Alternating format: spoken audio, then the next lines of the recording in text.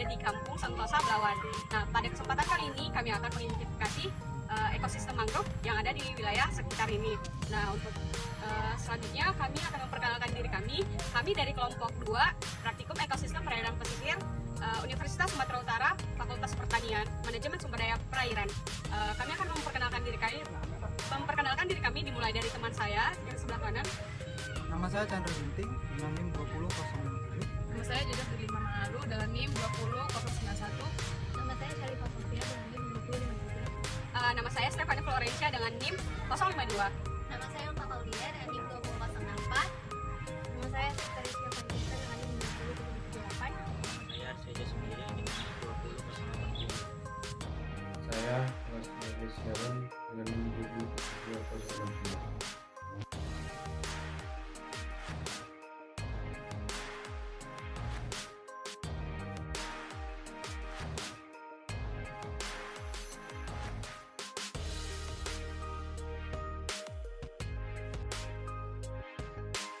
Nah, saat ini saya akan mengidentifikasi salah satu jenis fauna yang berada di ekosistem mangrove Kampung Sentosa, Belawan. Nah, salah satunya itu ada jenis jeruju dengan nama Latin. Dengan nama Latin Acanthus illicosifolius. Nah, di nama setempatnya biasanya disebut sebagai jeruju hitam atau darayu atau darul-hulu. Nah, untuk deskripsi umumnya biasanya mangrove ini terjurai di permukaan tanah, kuat, agak berkayu, ketinggiannya kurang lebih 2 meter, dan cabangnya umumnya tegak tapi cenderung kurus sesuai dengan umurnya. Percabangan tidak banyak dan umumnya muncul dari bagian-bagian yang lebih tua. Akar udara muncul dari permukaan bawah batang horizontal. Namun saat ini kita tidak dapat melihat bagaimana percabangan atau perakarannya karena sedang terjadi pasang di daerah Belawan. Nah, untuk bentuk daunnya 2 sayap gagang seperti ini yang berduri terletak pada tangkai. Berikut duri-durinya. Nah, permukaan daunnya halus. Tepi daun bervariasi, ada yang zigzag atau bergerigi, ada yang besar-besar seperti gergaji atau tegak, agak rata, dan secara gradual menyempit menuju pangkal. Nah, untuk unit dan letaknya sederhana, berlawanan. Spesies Osbornia octodonta yang mana daunnya itu berkulit tipis, menimbulkan aroma pada saat disentuh. Ada kelenjar minyak yang jenis cahaya dan berukuran kecil, serta ada pembekakan pada gagang daun sepanjang 2 mm yang berwarna merah. Lalu unit dan letaknya sederhana, bersilangan. Untuk daunnya bulat terbalik, lalu ujungnya membundar, ukurannya 2,5 sampai 5 kali 1 sampai 3 cm. Osbornia octodonta ini berupa pohon atau belukar dengan ketinggian dapat mencapai 7 meter. Dan selalu hijau, tangkai atau dahannya tunggal atau berjumlah banyak. Kadang-kadang memiliki akar nafas. Kulit kayu berwarna coklat dan abu-abu, berserat atau berserabut. Seperti yang bisa dilihat, ini adalah spesies mangrove dari Rhizopora apiculata atau biasa disebut bakau minyak untuk daerah setempat. Nah, ini bisa kita lihat dari pertumbuhannya itu di substrat lumpur, kemudian kita lihat dari daun, buahnya, serta bunganya.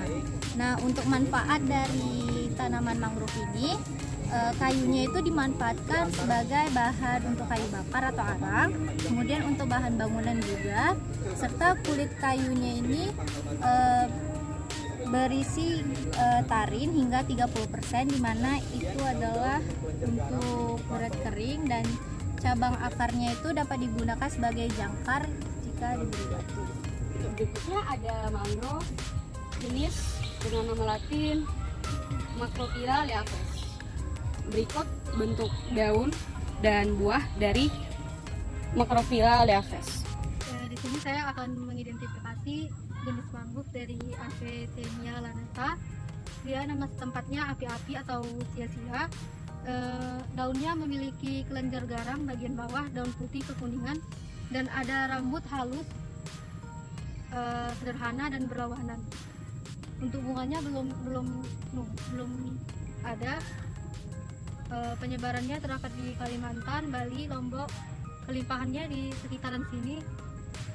Manfaatnya bisa dijadikan kayu bakar dan bahan bangun. Di ekosistem mangrove ini juga kami menemukan salah satu spesies mangrove, yaitu Nipah frusticiens Murong, atau nama tempatnya sering disebut nipah, tangkal daun, buyuk, dan nipah. Deskripsi umumnya seperti yang kita lihat, dia seperti palma tanpa batang di permukaan dan membentuk rumput. Batang terdapat di bawah tanah, kuat dan mengapung.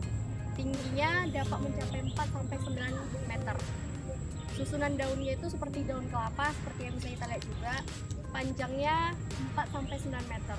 Terdapat 100-120 pinak daun pada setiap tandan daun. Seperti yang kita lihat, bunga tandan biseksual tumbuh dari dekat puncak batang pada gagang sepanjang 1-2 meter. Ini tumbuh pada substrat yang halus pada bagian tepi atas dari jalan air. Distribusinya Asia Tenggara, Malaysia, atau seluruh Indonesia. Kelimpahannya umum dan sangat umum. Di tempat yang kami dapatkan juga sangat sering dijumpai. Manfaatnya bisa dibuat sirup dan lain-lain. Terima kasih. Jadi ini adalah mangrove, ini spesiesnya Avicennia alba. Nama setempatnya api-api. Terus daun dari Avicennia alba ini permukaannya halus, bagian atasnya hijau mengikat, bawahnya pucat. Terus bunganya seperti trisula dengan gerombolan bunga atau kuning hampir di sepanjang ruas tandan. Terus buahnya kerucut, dan dia hijau muda kekuningan. Terus penyebarannya juga berada di seluruh Indonesia. Terus manfaatnya Avicennia alba ini manfaatnya kayu bakar dan bahan bangunan bermutu rendah. Baik, di sini saya akan mengidentifikasikan mangrove jenis Exocaria agolocha. Deskripsinya itu pohonnya merangkas kecil dengan ketinggian mencapai 15 meter. Kemudian daunnya hijau tua seperti ini daunnya, dan bisa juga berubah menjadi merah bata. Kemudian untuk buahnya sendiri di sini belum ada ya, belum tumbuh. Lalu untuk kelimpahannya melimpah di setempat sini, dan manfaatnya digunakan untuk mengobati sakit gigi dan pembengkakan. Itu saja, terima kasih. Kelompok 2 akan melakukan wawancara mengenai ekosistem mangrove pada masyarakat sekitar ekosistem tersebut. Saya dari Rizky dari pengelola mangrove Cana. Oke, Pak.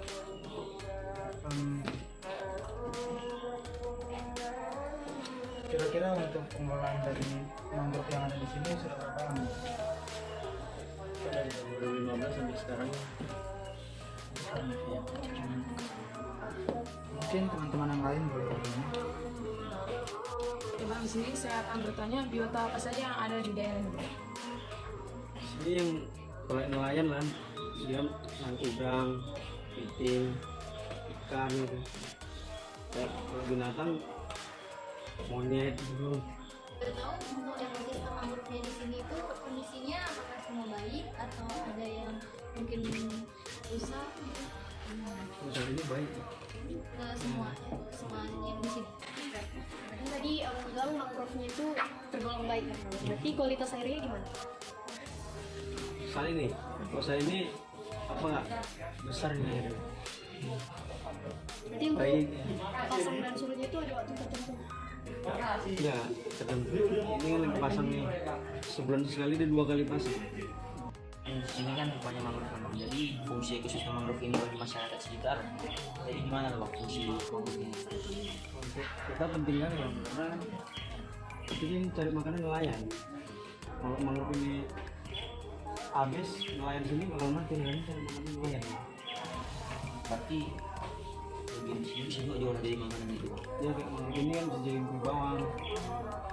Kalau apa ini api hitam ini bisa dijadikan dodol, jenisnya api hitam bisa dijadikan dodol. Buah pun repat bisa dijadikan makanan. sirup mangrove. Di mana kan kita tahu kan kalau untuk salah satu manfaat dari ekosistem mangrove itu bisa jadi tempat pariwisata. Nah pasti kan banyak orang-orang yang dari luar berdatangan ingin melihat dan ingin tahu tentang apa itu mangrove. Terus bagaimana ada nggak bang perubahan atau sisi manfaat dari ekosistem mangrove ini bagi ekonomi masyarakat di sekitar ini? Untuk saat ini, Iya. untuk saat ini semenjak ekonomi yang gara-gara pengunjung nggak wisatanya banyak yang usahain. Kalau boleh tahu ketidakadanya mungkin atau ketidakhadiran misalkan jadi sekarang ini lagi sepi masyarakat atau pengunjungnya ke sini bang. Kalau boleh tahu itu ada faktor karena apa gitu? Ya, mungkin kemarin tuh gara corona itu kan. Berarti corona ini masih berdampak besar ya bang untuk perekonomian. Mungkin untuk perekonomiannya sebelum corona mungkin? Ya lumayan beram juga Kak. Karena fasilitasnya banyak yang ada, kayak perahu itu ada juga, permainannya banyak juga. Berarti bisa dibilang untuk ekosistem mangrove ini bisa meningkatkan perekonomian atau tingkat ekonomi dari masyarakat di sekitar ini. Iya. Baik, terima kasih ya Pak. Dari Bang, namanya siapa Bang? Oh, perkenalkan aku Joshua Siahan. Joshua Siahan Bang. Ya, dari Fakultas Kehutanan juga. Anak usia juga Bang? Iya. Gini Bang, Abang udah keberapa kali datang ke sini Bang? Kebetulan aku pertama kali lah ke sini. Iya. Iya, pertama kali. Gimana first impressionnya Abang datang ke sini Bang? Iya ya. Pertama kali aku lihat ini suasananya sejuk lah gitu. Enak lah, bagus untuk dikunjungi.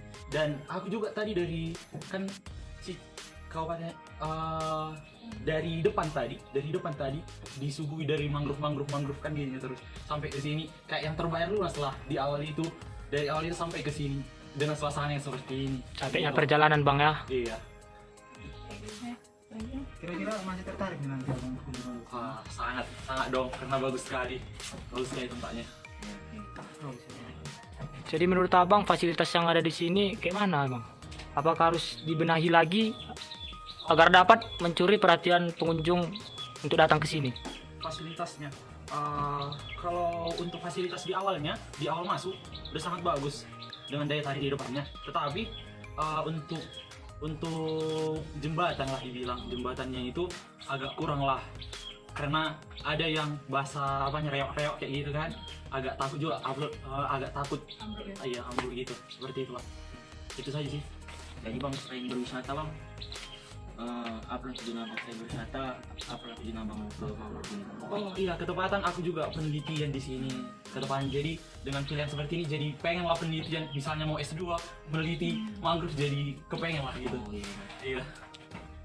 Kalau menurut abang kan udah lihat di sini kan bagaimana fasilitasnya, terus apa kekurangannya kan, kira-kira apa yang harus dibenahi bang dari tempat wisata seperti ini?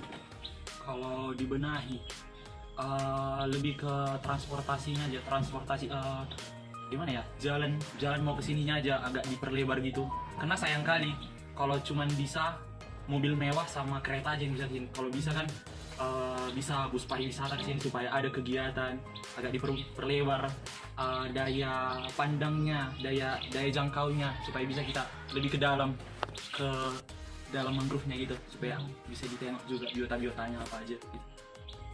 Terus kan bang, karena abang tadi udah keliling-keliling kan dengan semua gitu, kira-kira biota apa aja yang abang lihat? Oh, ke pantai kan ada, ku tengok seafood baru, ya seafood juga ada, baru ada monyet gitu, monyet dari sebelah sana, baru ada ikan gelodok kan ya? Gelodok. Iya itu. Cuma 3 sih yang dapat tadi. Terus kalau nengok airnya abang gitu kan agak keruh sih di sini. Itu menurut abang kayak mana?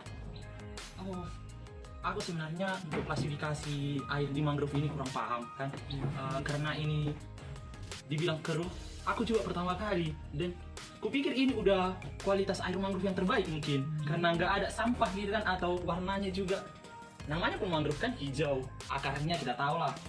Terus kupikir ini udah kualitas terbaik, rupanya mungkin enggak ya. Jadi tapi kalau menurutku bagus sih, bersih airnya, bersih sih. Iya. Oke, mungkin sekian saja wawancara kami dengan pengunjung. Terima kasih ya Bang Jos Oke. untuk Ah. kesediaan. Jadi kalian tadi kan berenang kan ke dalam kan? Jadi apa yang kalian nampak? Hewannya kayak gitu. Ikan, Terus, ada kelodok, terus ada piting, ular ada nggak? ada Oh. Tadi. kodok, ada Jadi itu aja sini hewannya. ada Monyet juga ada dek? ada Ada ya? ada ya ada yang nggak ada biawak yang ada. Oh, biawak. Oke. Kasih adek ya. Kasih Dek.